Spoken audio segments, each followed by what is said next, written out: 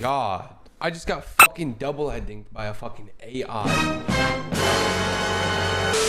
Yo, what up guys? Welcome back to another video. But before we get started, I just want to say, if you guys are not subscribed, please, I would appreciate it if you would hit that sub button. Is one of the most loved seasons by most of the community because it was essentially where everything started. Epic Games wasn't a giant in the gaming industry, and the game was nothing like it is today. Good old classic Fortnite. First, for Season 1, we got the gameplay. There were tons of bugs in Season 1, and the game wasn't polished like it is today. The whole Battle Royale mode was new and generally unexplored. For Season 1, the gameplay ranking is a 1.5. Although it was awesome, it was nowhere near a great state, and it had a lot of bugs and issues.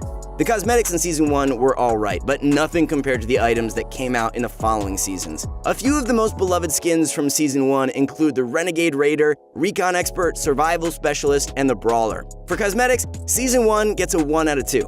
The Season 1 map was easily the most boring map we've had yet. While it is the OG map, it's hard to mask the fact that there just wasn't much going on.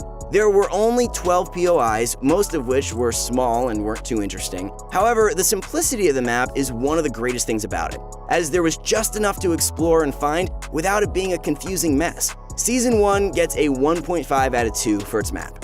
Finally, the Season 1 competitive scene. The competitive scene didn't exist, but the game was in a solid state, and if there were enough players at the time, we're sure Season 1 competitive could have been a thing. Although there was no official competitive scene at the time, a 1.5 out of 3 is fair.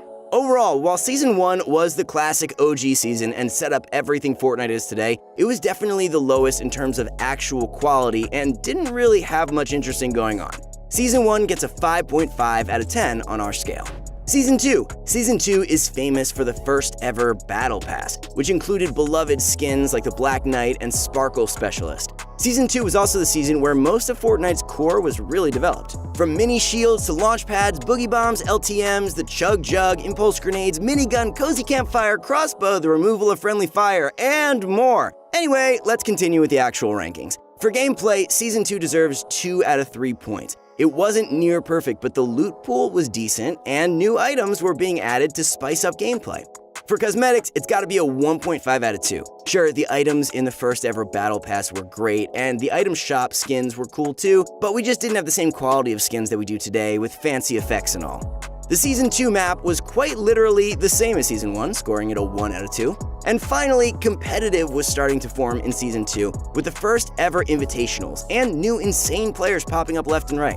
However, it was nowhere near fully developed, and there weren't any big tournaments at the time, so competitive in Season 2 gets a 1.5 out of 3, making the overall score for Season 2 6 out of 10, not too bad.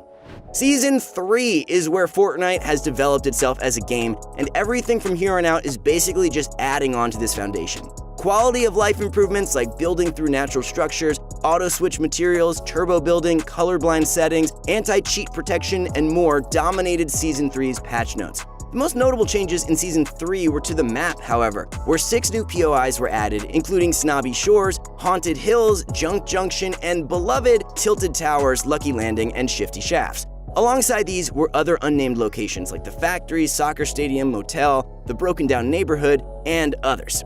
Finally, numerous weapons and items were added, including the hand cannon, hunting rifle, guided missile, remote explosives, porta-fort, LMG, and the clinger. On top of all this, vending machines and replay mode were added, which added much more potential to the game. So with all of that out of the way, let's get to the ratings. In Season 3, gameplay was a 2.5 out of 3. Sure, there were some issues and bugs, but the season felt much better than previous ones and had new items and changes to keep the game fresh. On top of this, the meteor in the sky had the whole community excited and looking forward to Season 4 and added mystery and suspense. Cosmetics were nice too, with skins like the OG John Wick, Dark Voyager, spacesuit skins, and a ton of awesome new skins in the item shop. It couldn't be anything less than a 1.5 out of 2. Season 3's map was a giant improvement from the previous map. Just take a look for yourself. This was one of the most balanced maps in terms of loot, density, and quality of the locations, scoring Season 3 the first perfect score for anything on this list, 2 out of 2 for the map. Finally, Season 3 competitive. Season 3 was the season where competitive started to take off, and the growth of countdown scrims and other forms of competitive play was crazy, especially leading into the next few seasons. However, there still weren't any major tournaments, so Season 3 competitive gets a 1.5 out of 3, making the overall score for Season 3 7.5 out of 10, pretty good. Season 4 was many people's favorite season yet. The most memorable parts of Season 4 were jetpacks, Thanos mode, epic and legendary burst ARs, dual pistols, stink bombs, drum guns, thermal ARs, bounce pads, and the giant shotgun nerf. Finally, who can forget Dusty Divot and Fortnite's first vehicle, shopping carts? Gameplay in Season 4 was not bad at all. There were bugs here and there, but it felt very polished and clean overall, scoring Season 4 a 2.5 out of 3 for gameplay. The only reason this isn't a 3 is because low skill items were beginning to be introduced, like the drum gun and jetpacks, which rewarded low skill. The Season 4 cosmetics were some of the cleanest and most memorable, including the Omega, Carbide, and Technique. Alongside this, the quality of item shop skins was as high as ever. Cosmetics in Season 4 were 2 out of 2. The Season 4 map was great, but there wasn't much change from Season 3 other than the meteor. Unfortunately, we're going to have to lower the map score due to this to 1.5 out of 2. Finally, competitive was starting to take off in Season 4 with the solo showdown LTM and the huge announcement that Epic would invest $100 million into competitive in its upcoming year. All of this scores competitive a 2 out of 3 in Season 4, making Season 4's overall score an 8 out of 10. Pretty gosh darn good. Next up on the list, we got Season 5. Season 5 is infamous for the all-terrain cart, which was the second vehicle added to Fortnite. Alongside this, the map received a huge update, removing Moisty Mire and replacing it with a desert biome featuring the desert racetrack Westworld and Paradise Palms. This season also featured a ton of new items, including the Heavy Sniper, Shockwave, Rift to Go, Double Barrel, Grappler, SMG, Porta-Fortress, and more. However, this meta was often described as the spam meta, as drum guns and compact SMGs cluttered the loot pool and had little to no skill gap. That's the biggest reason why some people didn't like Season 5. Season 5 gets a 1.5 out of 3 for gameplay. The loot pool was cluttered and the spam meta just wasn't any fun. However, the game still had that spark, and while some of the new items may have been somewhat annoying, it was still great overall, especially with the new mobility around the map. In terms of cosmetics, Season 5 was one of the best seasons yet. The most notorious skins of this season were Drift and Ragnarok, which were 2 of the earliest upgradable skins apart from Carbide and Omega. On top of this, item shop skins were getting cooler and cooler with new effects and great concepts, so Season 5 receives a 2 out of 2 for its awesome cosmetics. The Season 5 map was refreshing and exciting. The new biome brought a lot more diversity to the map. The headstones with rifts were a great addition for mobility and materials, and Lazy Links was added, which brought toys into the mix, with the ability to golf. Finally, the Viking Village was a great spot and filled up a very quiet part of the map. The map for Season 5 gets a perfect 2 out of 2. Finally, competitive in Season 5 was blowing up like crazy. This was the season where scrims became giant, with almost every competitive player participating. The first summer skirmish, which was a giant hit, and the fall skirmish was also announced in the final week. However, the loot pool was very cluttered and wasn't very competitive friendly, especially with spammy weapons being the meta. Due to this, we're gonna have to put Season 5 competitive at 2 out of 3, making Season 5's overall score 7.5 out of 10, just a bit behind Season 4. Let's see how Season 6 can stack up. Season 6 was one of the least popular seasons yet due to the Fortnitemares event, which had the whole community angry and confused. This event basically consisted of the whole map becoming foggy and filled with annoying zombies. I can't tell you how many times I raged at those things. This was also the season of Kevin the Cube and the Floating Island, which most people seem to enjoy. However, this was another spam meta season, with the quad launcher, mounted turret, and dynamite being added, along with a few other weapons which weren't all that bad. The quad crasher was great, the heavy AR rewarded good aim, and the epic and legendary pumps rewarded headshots like no other weapon before. The gameplay rating for Season 6 is going to have to be on the lower side. It was just too spammy and low skill. Pros were angry throughout the entire season, and the zombies did not help. Due to the zombies and low skill meta, Season 6 scores a 1.5 out of 3 for gameplay. Cosmetics in Season 6 weren't bad, but they weren't the best either. The most popular skins of this season were Dire and Calamity, which, to be fair, were great skins, but we feel like Epic could have done a bit better with the rest of them. 1.5 out of 2 for cosmetics. The Season 6 map is one of its biggest downfalls. The only major changes that occurred were the corrupted zones and the Loot Lake Island, but these only impacted a tiny portion of the map. It would have been nice to see more variety in the Season 6 changes, but it was still a good map overall. This map scores a 1.5 out of 2. Finally, we have competitive. Competitive was a bit dry in Season 6, with the only major event announcement being TwitchCon, which was great and all, but that was about it. Scrims were still popular, competitive was doing great as a whole, but there wasn't much going on. Plus, the zombies and explosive meta were horrible for competitive, scoring Season 6 a 1 out of 3, making the overall score 5.5, the lowest score since Season 1. Infinity blades, planes, boomboxes, and bottle rockets. That just about sums up Season 7. Season 7 basically consisted of a bunch of overpowered items that ruined gameplay and cluttered up the loot pool. However, creative was added, which did bring a whole new side to Fortnite, which somewhat made up for the lackluster gameplay in Battle Royale. However, it's gonna have to be a 1.5 out of 3 for gameplay. Cosmetics in Season 7 were awesome, with the Lynx, Zenith, and Ice King being the 3 most popular items. Epic does deserve some credit for the cosmetics this season, and we think 2 out of 2 is fair. The Season 7 map was a huge, unexpected change, covering a fourth of the map in snow and adding tons of new locations and POIs. 3 new named locations were added at the expense of 2, Flush Factory and Greasy Grove. However, there was a lot of empty space in this section of the map, making the overall map score for Season 7 a solid 1.5 out of 2. Finally, competitive was soaring in Season 7, with Mongrel, Mr. Savage, and other pros popping up left and right.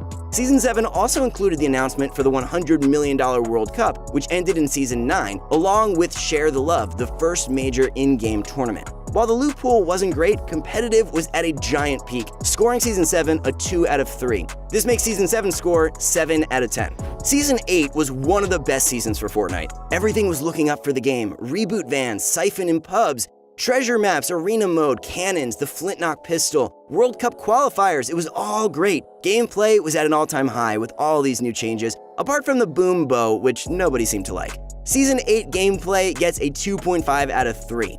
Cosmetics were the one downfall of Season 8, as the Lux skin wasn't exactly the coolest Tier 100 skin. The Battle Pass also could have been done a bit better, but was partially made up for with some nice item shop skins. Season 8 scores a 1 out of 2 for cosmetics. The Season 8 map introduced geysers, the new volcanoes, sunny steps, and lazy lagoon. All these changes were great and added even more variety to the map. This map may have been the best one yet, scoring Season 8 a perfect 2 out of 2 for its map. Finally, competitive in Season 8 was a solid 2.5 out of 3. The World Cup qualifiers were going on and arena mode was added, but it just wasn't complete. No major tournaments happened during Season 8 apart from Cash Cups, as everything was leading into the World Cup. Season 8 gets an 8 out of 10, tied with Season 4 as the best so far. Let's see if Season 9 can stack up. Season 9 was the World Cup season where Booga took home the trophy and made a name for himself. There were a few poorly thought out additions like the Burst SMG, Drum Shotgun, Proximity Launcher, and Airstrike, but most of these were vaulted relatively quickly. Also, the Pump Shotgun was vaulted, which caused a giant shock throughout the community. The gameplay in Season 9 was a 1.5 out of 3. The spammy and poorly thought out weapons, the annoying items, the Pump Shotgun vault, it just didn't feel right. Season 9 had the least memorable Battle Pass skins to date. I can't even recall even one of them, can you? 1 out of 2 for cosmetics. They could have done a lot better. The Season 9 map featured great mobility. Mega Mall and Neo Tilted were both refreshing and new, scoring Season 9's map a perfect 2 out of 2. Finally, competitive in Season 9 was the best yet, with the $100 million World Cup. That event was absolutely nuts. There's no doubting that Season 9 competitive was a perfect 3 out of 3, putting Season 9 at 7.5 out of 10. Season 10 was arguably the worst season yet, featuring annoying rift zones, automatic snipers, zapper traps, giant robots with unlimited rockets, and turbo building nerfs. Gameplay was at an all-time low. Season 10 gets the worst gameplay score of all, 0.5 out of 3. To be fair, cosmetics weren't bad in Season 10, but the Battle Pass was a bit underwhelming. Similar to Season 9, I just can't remember most of the skins from the Battle Pass. However, new item shop skins were popping up almost daily, which partially made up for the lackluster Battle Pass, 1 out of 2 for cosmetics. The Season 10 map featured the return of Dusty Depot, which went through a lot of change throughout the season. But other than that, the map changes only consisted of rift zones. Nobody wanted to dance with tacos in their hands, be unable to build, be surrounded by zombies, play prop hunt, or any of that stuff. The Season 10 map gets a 1 out of 2. Finally, the Season 10 competitive scene was good, but not great. The mechs ruined Arena, and Trio's FNCS was annoying with them too. While Trio's FNCS was good, it was nowhere near as popular as the World Cup and didn't have as much hype. Competitive gets a 1 out of 3 due to the lack of excitement and mechs ruining Arena, making the overall score for Season 10, drumroll please, 3.5 out of 10, making it officially the worst season of Fortnite yet. Chapter 2 Season 1 is the current season at the time of this video. The main points this season included a brand new map, simplified loot pool, skill-based matchmaking, and the addition of bots to public matches. This season definitely has good, clean gameplay. However, the loot pool is a bit heavy in RPGs and snipers, and many features the community wants, such as an FOV slider and siphon in pubs, still haven't been added yet. However, as a whole, the season's gameplay is pretty nice. We think 2 out of 3 is fair. The Chapter 2 Season 1 cosmetics are pretty cool, with the Battle Pass having brand new fan favorites, including the Ripley skin, the 8-ball skin, and the awesome-looking Tier 100 Fusion skin. We couldn't give Chapter 2 Season 1 anything lower than 1.5. The only reason this isn't higher is because we haven't seen quite as much in the item shop lately. Hopefully this changes and this season moves up on the list. The brand new map scores Chapter 1 Season 2 the easiest 2 out of 2 on this entire list. I mean, come on, it's a whole new map. Who doesn't like that? Finally, Chapter 2 Season 1 competitive is great, with squads as the primary game mode, multiple solo cash cups every week, and fun events like Friday Night Fortnite and Hype Night. However, duos and trios are left in the dust, and we feel like competitive would be much better with a bit more diversity. Also, Arena feels a lot more grindy and isn't really enjoyable for most players. This season gets a solid 2 out of 3 for competitive. So overall, Season 1 of Chapter 2 gets 7.5 out of 10 possible points from what we've had so far. However, we're only halfway through this season, so a lot could change. I guess we'll have to wait and see. Let us know in the comments what you thought of the season so far and your rating for it. Due to the mechs, poor cosmetics, low hype around competitive, annoying rift zones, and an overall underwhelming season, Season 10 is the official worst season yet. Season 4 and 8 are both tied at 8 points each as the best seasons yet. Let us know in the comments if you agree with our selections and if you change or adjust any of these. Alright guys, that's gonna be it for today's video. We really hope you enjoyed it. Don't forget to use code PROGUIDES in the Fortnite item shop when you make any sort of purchases, as it really helps us out and we really do appreciate it. Comment down below what you guys thought about this video and what you'd like to see next on the channel. We aim to bring you guys the best daily 5,000 V-Bucks, 2,800 V-Bucks, 1,000 V-Bucks, 1,000 V-Bucks, 1,000 V-Bucks. They actually give free money and also V-Bucks out to you guys each week, so you guys should check them out.